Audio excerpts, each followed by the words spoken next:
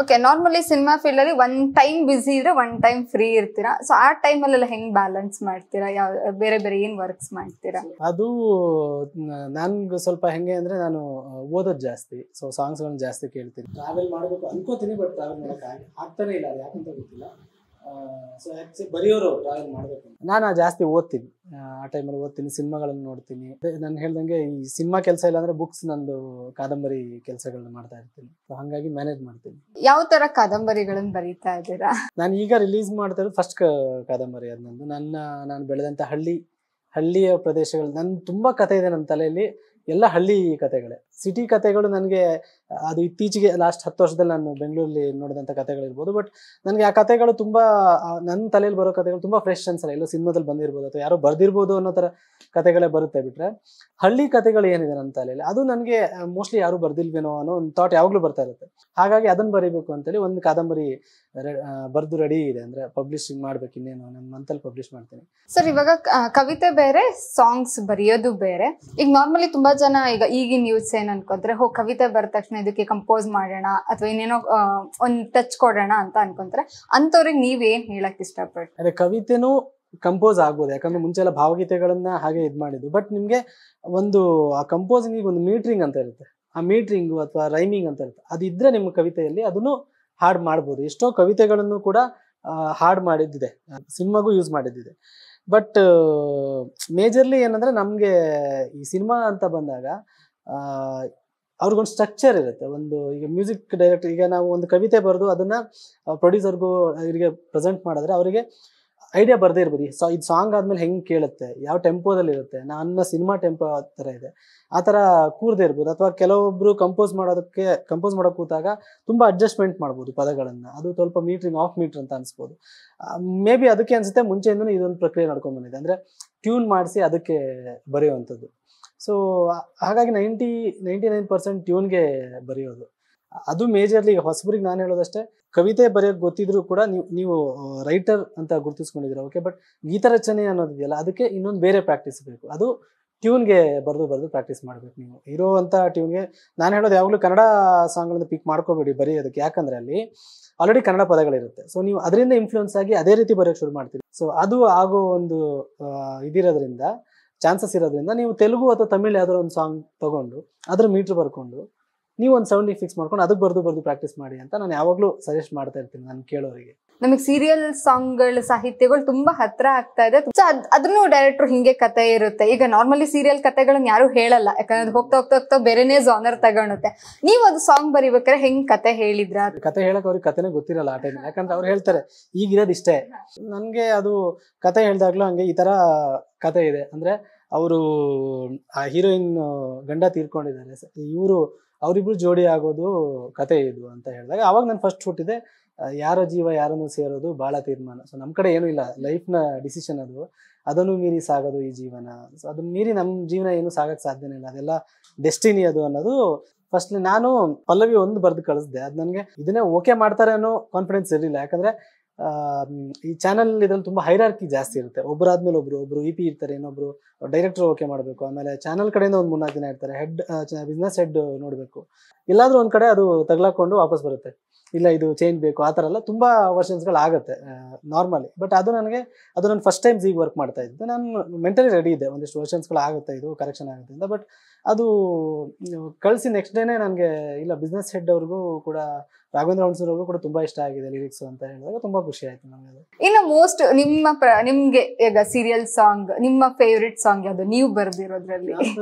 Of course Seetharama ತುಂಬಾ ಇಷ್ಟ. ಇನ್ನೊಂದು ನನ್ನರಸಿ ರಾಧೆ ಸೀರಿಯಲ್ ತುಂಬಾ ಇಷ್ಟ ನನಗೆ. ನಾನು ತುಂಬಾ ಏನೋ ಅರ್ಜೆನ್ಸಿಯಲ್ಲಿ ಹೋಗ್ತಾ ಇದ್ದೆ, ಆ ಟೈಮಲ್ಲಿ ಬೇಕು ಚಾನಲ್ ಮೀಟಿಂಗ್ ಇದೆ ಅಂತ ಹೇಳಿದ್ರು. ಅವಾಗ ನಾನು ಕ್ಯಾಬಲ್ಲಿ ಟೈಪ್ ಮಾಡಿ ಕಳಿಸಿದ್ದು. ಕ್ಯಾಬಲ್ಲಿ ಹೋಗ್ತಾ ನಾನು ನಮ್ಮ ಮನೆಯಿಂದ ಆಕಾಶ್ ಸ್ಟುಡಿಯೋಗೆ ಹೋಗ್ತಾ ಇದ್ದೆ. ಆ ಗ್ಯಾಪಲ್ಲಿ ನಾನು ಏನ್ ಮಾಡೋದು, ಕಳಿಸ್ಲೇಬೇಕಲ್ಲ ಅಂತ ಹೇಳಿ ಆವಾಗ ನಾನು ಅದನ್ನ ಟೈಪ್ ಮಾಡಿ ಕಳಿಸಿದ್ದು. ಸುನಾದ್ ಗೌತಮ್ ಅಂತ ಕಂಪೋಸ್ ಮಾಡಿದ್ದನ್ನ. ಸೊ ಹಂಗಾಗಿ ಅದು ರ್ಯಾಂಡಮ್ ಆಗಿ ಕಳಿಸ್ದೆ ನಾನು. ಆಮೇಲೆ ಅದು ಯೂಸ್ ಆಗಿದೆ ಅಂತಲೂ ಗೊತ್ತಿರಲಿಲ್ಲ ನನಗೆ. ನಾನು ಕಳಿಸ್ದೆ, ಏನಾಯ್ತು ಅಂತ ನಾನು ಕೇಳಿಲ್ಲ. ಆಮೇಲೆ ತುಂಬಾ ದಿನ ಆದ್ಮೇಲೆ ನೋಡ್ತೀನಿ ಯೂಟ್ಯೂಬಲ್ಲಿ ಯಾರೋ ಹಿಂಗೆ ಸ್ಕ್ರಾಲ್ ಮಾಡ್ಬೇಕಾದ್ರೆ ನಾನು ಕಳಿಸಿದ್ರು, ಈ ತರ ಸಾಂಗ್ ಓಡ್ತೀನಿ. ನಾನು ಯೂಟ್ಯೂಬಲ್ಲಿ ಚೆಕ್ ಮಾಡಿದ್ರೆ ಸಿಕ್ಕಾಪಟ್ಟೆ ರೀಲ್ಸ್ ಅದು ಇದೆಲ್ಲ ಆಗ್ಬಿಟ್ಟಿದೆ ಅದಕ್ಕೆ. ನೀವೇ ಹೇಳಿದ್ರಿ, ನಂಗೆ ಗೊತ್ತಿರೋಂಗೆ ನಾನು ಪುಸ್ತಕಗಳನ್ನ ಓದ್ತೀನಿ. ಒಬ್ರು ಪುಸ್ತಕ ಬರಿಬೇಕು ಅಥವಾ ಇನ್ನೇನೋ ಬರಿಬೇಕು ಅಂದ್ರೆ ಒಂದ್ ಪ್ಲೇಸ್ ಆಫ್, ನಮಗೆ ಕುವೆಂಪು ಅವ್ರಿಗೆ ಗೊತ್ತು, ಅವ್ರದ್ದು ಕವಿಶೈಲ ಹೋಗಿ ಪುಸ್ತಕಗಳನ್ನ, ಆದ್ರೆ ನೀವು ಕ್ಯಾಬಲ್ಲಿ ಕುತ್ಕೊಂಡು ಲಿರಿಕ್ಸ್ ಬರೀತೀನಿ ಅಂದ್ರೆ ಹೆಂಗೆ ಅದು ಹೆಂಗೆ? ಸೊ ಕವಿಗಳಿಗೆ ಯೂಶಲಿ ಆತರ ಹೇಳ್ತಾರೆ, ನಾನು ಕಡಲ ಇದ್ರಲ್ಲಿ ಕುತ್ಕೊಂಡ್ ಬರೀತಿದ್ದೆ ಎಲ್ಲೊಂದು ಪ್ರಶಾಂತವಾದ ಜಾಗದಲ್ಲಿ. ಅಲ್ಲಿ ಏನೋ ಒಂದಿಷ್ಟು ವಿಚಾರಗಳು ಅವ್ರಿಗೆ ಇನ್ಸ್ಪೈರ್ ಮಾಡ್ತಾ ಇರ್ತಾರೆ. ನದಿ ಆಗಿರ್ಬೋದು, ಮರಗಿಡಗಳು, ಹಕ್ಕಿಗಳು ಇನ್ಸ್ಪೈರ್ ಮಾಡ್ತಾ ಇರುತ್ತೆ. ಬಟ್ ಇಲ್ಲಿ ನಾವು ಯೂಶಲಿ ನಾವು ಸಿಟಿಯಲ್ಲಿ ಇರೋದ್ರಿಂದ ನಮ್ದು ಮನೆಯಲ್ಲಿ ಒಂದು ಸ್ಪೇಸ್ ಇದೆ, ನಂದು ಆಫೀಸ್ ತರ ಇದೆ. ಸೊ ಅಲ್ಲಿ ಮೇಜರ್ ಸಾಂಗ್ಸ್ ವರ್ಕ್ ಮಾಡೋದು ಅಲ್ಲೇ ನಾನು. ಅದ್ ಬಿಟ್ರೆ ಏನಾಗುತ್ತೆ ಅಂದ್ರೆ, ನಾನೀಗ ಎಲ್ಲೋ ಹೋಗ್ತಾ ಇರ್ತೀನಿ, ಸೊ ನನಗೆ ಸಾಂಗ್ ಏನೋ ಒಂದು ಅರ್ಜೆಂಟ್ ಇರುತ್ತೆ ಅಥವಾ ಟ್ಯೂನ್ ಏನೋ ತಲೆಯಲ್ಲಿ ಓಡ್ತಾ ಇರುತ್ತೆ, ರಪ್ಪ ಅಂತ ಒಂದು ಏನೋ ಬಂದ್ಬಿಡುತ್ತೆ, ಅದು ನೋಟ್ ಮಾಡ್ಕೋತೀವಿ. ಸೊ ಈ ತರ ತುಂಬಾ ಆಗ್ತಾ ಇರುತ್ತೆ. ಎಲ್ಲೋ ನೈಟ್ ಬಸ್ಸಲ್ಲಿ ಹೋಗ್ತಾ ಇರ್ತೀವಿ, ಆವಾಗ ಒಂದು ಅರ್ಜೆನ್ಸಿ ಇರುತ್ತೆ. ಕೆಲವೊಂದ್ಸಲ ಏನಾಗುತ್ತೆ ಅಂದ್ರೆ, ಮಾರನೇ ದಿನ ನಾನು ಸಾಂಗ್ ಡೆಲಿವರ್ ಮಾಡ್ಬೇಕಾಗುತ್ತೆ, ಬೆಳಿಗ್ಗೆ ರೆಕಾರ್ಡ್ ಮಾಡಬೇಕು ಸರ್, ನಾಡಿದ್ದು ಶೂಟ್ ಇದೆ ಅಂತಿರ್ತಾರೆ. ಅಂತ ಟೈಮಲ್ಲಿ ಟೈಮ್ ಇಲ್ಲದೆ ಇರೋ ಒಂದು ಒತ್ತಡದಲ್ಲಿ ನಮಗೆ ನೈಟ್ ಬಸ್ಸಲ್ಲಿ ಬರೆಯೋದು ಆ ಥರದಲ್ಲೇ ಇರುತ್ತೆ. ಅದರ್ವೈಸ್ ನಾನು ಬೈಕಲ್ಲಿ ಹೋಗ್ಬೇಕಾರೆಲ್ಲ ಕೆಲವೊಂದು ಟ್ಯೂನ್ಗಳ ತಲೆಯಲ್ಲಿ ಕೂತಿದ್ರೆ ಅದನ್ನ ಗುಣುತ್ತಾ ಹೋಗ್ಬೇಕಾದ್ರೆ ರಪ್ಪ ಅಂತ ಏನೋ ಒಂದು ಬಂದ್ಬಿಡುತ್ತೆ. ಹಾಗಾಗಿ ನಾವು ಇಂತಲೇ ಕೂತ್ಕೊಂಡು ಬರಿತೀವಿ ಅಂತ ಹೇಳಕ್ಕಾಗಲ್ಲ. ಒಂದ್ ಸಾಂಗ್ ಅಂತ ಬಂದಾಗ ನೀವೀಗ ಆಬ್ವಿಯಸ್ಲಿ ನೀವ್ ಒಂದ್ ಕತೆನ ಹಾಕ್ಲೇಬೇಕು, ಆ ಚಿತ್ರ ಕತೆಗೆ ಏನೇನ್ ಸಂಬಂಧಪಟ್ಟ ಹಾಕ್ಲೇಬೇಕು.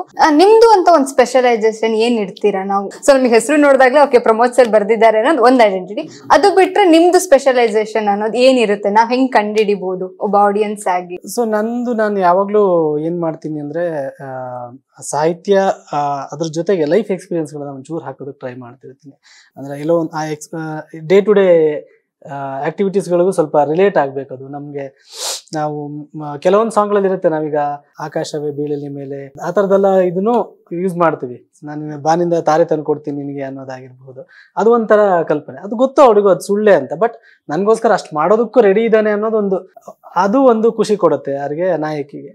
ಸೊ ನಾನು ಅದೇ ನಿಮ್ಗೆ ಕೈ ತುತ್ತು ಕೊಡ್ತೀನಿ ಅನ್ನೋ ಒಂದು ಬರೆದ್ರೆ ಅದು ರಿಯಾಲಿಟಿ ಅದು. ಸೊ ಅದು ಆ ಎಮೋಷನ್ ಬೇರೆ ಇನ್ನೊಂಥರ. ಸೊ ನಾನು ಹಾಗಾಗಿ ಎರಡು ಬ್ಲೆಂಡ್ ಮಾಡೋದಕ್ಕೆ ಟ್ರೈ ಮಾಡ್ತೀನಿ. ಸೊ ಆದಷ್ಟು ಹೊಸ ಪದಗಳನ್ನಾಗಿರ್ಬೋದು, ಡೇ ಟು ಡೇ ಲೈಫಲ್ಲಿ ಯೂಸ್ ಮಾಡ್ತೀವಿ ಆ ಪದಗಳನ್ನ. ಸೊ ಈಗ ನಾವು ಸಿಂಗಾರ ಎಲ್ಲ ತುಂಬಾ ಏನು ಹೊಸ ಪದ ಅಲ್ಲ, ಎಲ್ರಿಗೂ ಗೊತ್ತು ಏನಷ್ಟು ಸಿಂಗಾರ ಮಾಡ್ಕೋತೀಯ, ಏನಷ್ಟು ಸಿಂಗಾರ ಮಾಡ್ತಾರ ಅವರು, ಎಷ್ಟೊತ್ತು ಸಿಂಗಾರ ತುಂಬಾ ಯೂಸ್ ಮಾಡೋ ಪದಾನೇ ಅದು. ಅದೇನು ತುಂಬಾ ಗ್ರಾಂಥಿಕವಾದಂಥ ಪದ ಅಲ್ಲ, ಯಾರು ಕೇಳದೇ ಇರೋ ಪದ ಅಲ್ಲ. ಸೊ ಈವನ್ ಸಿರಿ ಅನ್ನೋದು ಕೂಡ ಅಷ್ಟೇ, ಸಿರಿ ಸಂಪತ್ತು ಎಲ್ಲ ಯೂಸ್ ಮಾಡೋ ಅದು ಎರಡು ಬ್ಲೆಂಡ್ ಆದಾಗ ಅದು ಬೇರೆ ತರ ಏನೋ ಸೌಂಡ್ ಆಯಿತು. ಸೊ ಆ ರೀತಿಯ ಪ್ರಯತ್ನಗಳನ್ನ ಒಂದಿಷ್ಟು ಮಾಡ್ತೀನಿ. ಒಬ್ಬ ಆಟೋ ಡ್ರೈವರು ಕೂಡ ಅರ್ಥ ಮಾಡ್ಕೋಬೇಕು ಆ ಪೊಯೆಟ್ರಿನ ಅನ್ನೋದು. ಮೇಜರ್ಲಿ ಪೊಯೆಟ್ರಿ ಇದ್ದೇ ಇರುತ್ತೆ. ಕೆಲವೊಂದು ಲೈನ್ಗಳು, ಈಗ ನಾನು ಫಸ್ಟ್ ಲೈನ್ ಏನೋ ಒಂದು ತುಂಬಾ ಸಿಂಪಲ್ ಆಗಿ ಬರೆದೆ, ಸೆಕೆಂಡ್ ಲೈನ್ ನನಗೇನೋ ಒಂದು ವಾವ್ ಫ್ಯಾಕ್ಟ್ರಿ ಇರಲೇಬೇಕು ಅಂದ್ರೆ ಅದು ಯಾಕೆ ನಾವೇ ಬರೀಬೇಕು? ಆ ವಾವ್ ಫ್ಯಾಕ್ಟ್ರಿ ಇಲ್ಲ ಅಂದ್ರೆ ಯಾರು ಬೇಕಾದ್ರೂ ಬರೀಬೋದಲ್ವ. ಸೊ ಆ ವಾವ್ ಫ್ಯಾಕ್ಟ್ರಿ ತರಬೇಕು ಅನ್ನೋ, ನೀವು ಹೇಳ್ದಂಗೆ ಒಂದು ನಮ್ದೇನೋ ಒಂದು ಇರಬೇಕು ಅನ್ನೋದೊಂದು ಆ ಪ್ರಯತ್ನಕ್ಕೆ ಯಾವಾಗ್ಲೂ ನಾನು ಒದ್ದಾಡ್ತಾ ಇರ್ತೀನಿ, ತುಂಬಾ ಟೈಮ್ ತಗೋತೀನಿ ಆ ಪ್ರಯತ್ನಕ್ಕೆ. ಈ ಚಂದ ಚಂದ ಸಾಂಗ್ ಕೇಳ್ದಾಗೆಲ್ಲ ಅದು ತುಂಬಾ ರಿಯಲಿಸ್ಟಿಕ್, ಅಂದ್ರೆ ಚಿನ್ನ ಬೆಳ್ಳಿ ಎಂತ ಬೇಡ, ಹೆಂಡತಿ ಮಾತ್ ಕೇಳೋ ಗಂಡ, ಅದು ಒಬ್ವಿಯಸ್ಲಿ ಎಲ್ಲಾ ಹುಡುಗಿರ ಆಸೆನೂ ಹೌದು. ಅದೇಂಗ್ ಹುಟ್ಟುತ್ತ ಆ ಸಾಹಿತ್ಯ ಒಂದು ಫೀಮೇಲ್ ವರ್ಷನ್ ಬರೀ? ಅದು ಅದೇ ಬೀಚಿ ಅವರು ಒಂದು ಮಾತಿದೆ, ತನ್ನ ಅನುಭವದಿಂದ ಕಲಿಯೋನು ಕೋಣ ಅಂತ, ಇನ್ನೊಬ್ಬನ ಅನುಭವದಿಂದ ಕಲಿಯೋನು ಜಾಣ ಅಂತ. ಈಗ ನಾನು ಬಿದ್ದು ಇನ್ನೊಂದ್ಸತಿ ಬೀಳ್ಬಾರ್ದು ಅನ್ಕೋಬಹುದು, ನಾನು ಬಿದ್ದ್ಬಿಟ್ಟಿದ್ದೀನಿ, ಗಾಯ ಆಗ್ಬಿಟ್ಟಿದ್ದೆ. ಅದೇ ಇನ್ನೊಬ್ಬ ಬಿದ್ದಾಗ ಅವನ್ ತರ ನಾನು ಬೀಳ್ಬಾರ್ದು ಅನ್ಕೊಂಡಿದ್ದೀನಲ್ಲ, ಅವ್ನು ಜಾಣ ಅಂತ. ಸೊ ಆ ಚಂದ ಚಂದ ನಂಗೆ ತುಂಬಾ ಜನ ಕೇಳಿದ್, ನೀವು ಮದುವೆ ಆಗಿಲ್ಲ ಅಲ್ವಾ, ಹೆಂಗೆ ಬರ್ದ್ರಿ ಅದನ್ನ ಆ ಟೈಮಲ್ಲಿ ಅಂತ. ನಾನು ನಮ್ಮ ಫ್ಯಾಮಿಲಿಯಲ್ಲಿ ದಂಪತಿಗಳನ್ನೆಲ್ಲ ತುಂಬಾ ಅಬ್ಸರ್ವ್ ಮಾಡ್ತಾ ಇದ್ನಲ್ಲ. ಎಲ್ಲಾದ್ರೂ ಒಂದು ಪಾರ್ಟಿಗಳೆಲ್ಲ ಮಾಡ್ಕೊಂಡ್ಬಂದ್ರೆ, ಏನೋ ಒಂದು ಫಂಕ್ಷನ್ ಸೇರಿದಾಗ ಈ ಗಂಡಸರೆಲ್ಲ ಹೋಗ್ಬಿಟ್ಟು ಒಂದು ಪಾರ್ಟಿ ಮಾಡ್ಕೊಂಡ್ಬಂದ್ರೆ ಇವ್ರುಗಳು ಮುಖಗಳು ತುಂಬಾ ಬೇರೆ ಬೇರೆ ಅವತಾರಗಳು ತಾಳಿರೋರು. ಪಾಪ ಅವ್ರು ಯಾವಾಗ್ಲೂ ಅಪರೂಪಕ್ಕೆ ಸೇರಿದ್ರು ಕೂಡ ಇವ್ರು ಇಲ್ಲ, ಅವ್ರು ಪಾರ್ಟಿ ಮಾಡಕ್ ಹೋಗಿದ್ದಾರೆ, ಇದೇನಾ ಅವರಿಗೆ ಹಬ್ಬ ಅಂದ್ರೆ ಇದೇನಾ ಅನ್ನೋ ತರ ಒಂದು ಥಾಟ್ ಬರೋದು. ಸೊ ನಾನು ಅಲ್ಲಿ ಭಾರಿ ಖುಷಿ ನಂಗೆ ನನ್ನ ಹೆಂಡತಿ ಕಂಡ್ರೆ, ಅದು ನಮ್ಮ ಕುಂದಾಪುರ ಭಾಷೆಯಲ್ಲಿ ಏನೇ ಇದ್ರು ನನ್ಗೆ ತುಂಬಾ ಇಷ್ಟ ಅನ್ನೋದು ಭಾರಿ ಖುಷಿ ಅಂತಾರೆ. ಅದನ್ನ ಭಾರಿ ಖುಷಿ ನಂಗೆ ನನ್ನ ಹೆಂಡತಿ ಕಂಡ್ರೆ, ಇಲ್ಲಿರೋದನ್ನ ಉಲ್ಟಾ ರಿವರ್ಸ್ ಮಾಡಿ ಬರ್ದಿರೋದು. ಅವಳು ಬೈತಾಳೆ ಅಂತ ಬರ್ದಿದ್ರೆ ಇಷ್ಟ ಆಗ್ತಿತ್ತಲ್ಲೋ ಗೊತ್ತಿಲ್ಲ, ಬೈತಾಳೆ ಅಂತ ಬರ್ದಿದ್ರೆ ಹೆಂಡತಿಗೆ ಇಷ್ಟ ಆಗಲ್ಲ. ಅದು ಅವಳು ಬೈತಾ ಇದ್ರು ಕೂಡ ನಾನು ಕುಡ್ಕೊಂಡ್ ಬಂದಾಗ ಬೈತೀಯ ಅಂತ ಹೇಳಿದ್ರೆ ಅವಳಿಗೆ ಇಷ್ಟ ಆಗಲ್ಲ. ಸೊ ಭಾರಿ ಖುಷಿ ನನ್ನ ಹೆಂಡತಿ ಕಂಡ್ರೆ ಒಂದು ಚೂರು ಬೈಯೋದಿಲ್ಲ, ರಾತ್ರಿ ಕುಡ್ಕೊಂಡ್ ಬಂದ್ರೆ ಅನ್ನೋದಿದೆಯಲ್ಲ, ಒಂದು ಕಾಂಪ್ಲಿಮೆಂಟ್. ಇನ್ನೊಂದು ಅವನು ನೆಕ್ಸ್ಟ್ ಟೈಮ್ ಇವಳು ಬೈಬಾರ್ದು ಅನ್ನೋ ತರನು ಒಂದು ಹೇಳ್ದಾಗಿರುತ್ತೆ ಅಂತ ಆ ಥಾಟ್ ನನಗೆ ಬಂದಾಗ ಇಷ್ಟ ಆಯ್ತು. ಸೊ ಆವಾಗ ನಾನು ಏನ್ ಬರಿಬೋದು ಅಂತ ಇದ್ ಮಾಡಿದಾಗ, ಅಂದ್ರೆ ಹೆಂಡತಿ ಫಸ್ಟ್ ನಾನೆಲ್ಲ ಬರ್ದಿನಿ, ಹೆಂಡತಿ ಹೋಗ್ಲು ಟಿವಿ ರೇಡಿಯೋನು ಬೇಡ ನೀನಿದ್ರೆ ಎಲ್ಲ. ಸೊ ಆವಾಗ ನನಗೆ ಹೆಂಡತಿ ಅಂದ್ಕೂಡಲೇ ಫಸ್ಟ್ ಇಮ್ಯಾಜಿನೇಷನ್ ಬರೋದೇ, ದಿನ ಬೆಳಿಗ್ಗೆ ಎದ್ದು ಅಂಗಳ ಸಾರಿಸಿ ರಂಗೋಲಿ ಇಟ್ಟು ಆ ಮನೆಗೊಂದು ಶೋಭೆ ತರುವಂಥಳು. ಏನ್ ಮುಂಜಾನೆ ಇದೆ, ಆ ಮುಂಜಾನೆನ ಒಂದು ಬ್ರೈಟ್ ಮಾಡೋರು ಅವಳು. ಸೊ ಗಂಡ ಎದ್ದು ಹಿಂಗೆ ಆಚೆ ಬಂದ್ರೆ ಒಂದು ರಂಗೋಲಿ ಕಂಡ್ರೆ, ತುಳಸಿ ಕಟ್ಟೆ ನೋಡಿದ್ರೆ ಅವ್ನಿಗೊಂದೇನೋ ಒಂದು ಒಳ್ಳೆ ವೈಬ್ರೇಷನ್ಗಳು.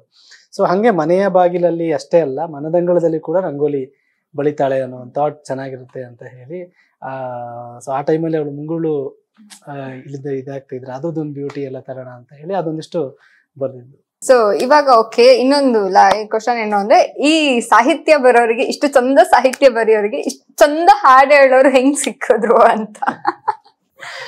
ಇಲ್ಲ, ಅದು ಪರಿಚಯ ಅಷ್ಟೇ. ಪರಿಚಯದಿಂದ ಸ್ನೇಹ ಆಗಿ ನಾವು ಮದುವೆ ಆಗಿ. ಈಗ ನಮ್ಮಲ್ಲಿ 2 ತರ ಮ್ಯಾರೇಜ್ ಇದೆ, love marriage are arrange marriage. ಹಂಗಾರೆ ಈಗ ನಿಮ್ದು ಮ್ಯಾರೇಜ್ ಪರಿಚಯ ಮ್ಯಾರೇಜ್ ಅಂತ ಅಲ್ಲ, ಇತ್ತೀಚಿನ ದಿನಗಳಲ್ಲಿ ಹೆಂಗೆ ಅಂದ್ರೆ ಎಲ್ಲ ಅರೇಂಜ್ ಮ್ಯಾರೇಜ್ಗಳು ಲವ್ ಮ್ಯಾರೇಜ್ ತರನೇ ಆಗ್ಬಿಟ್ಟಿದೆ. ಯಾಕಂದ್ರೆ ಎಂಗೇಜ್ಮೆಂಟ್ ಟೈಮಲ್ಲಿ ಫಿಕ್ಸ್ ಆಗುತ್ತೆ, ಎಂಗೇಜ್ಮೆಂಟ್ ಆಗುತ್ತೆ, ಅಥವಾ ಅವರು ಓಡಾಡ್ಕೊಂಡು ಅಂದ್ರೆ ಟೈಮ್ ಸ್ಪೆಂಡ್ ಮಾಡ್ತಾರೆ, ಅದಾದ್ಮೇಲೆ ಪ್ರೀ ವೆಡ್ಡಿಂಗ್ ಶೂಟ್ ಅಂತ ಅದಂತೆ.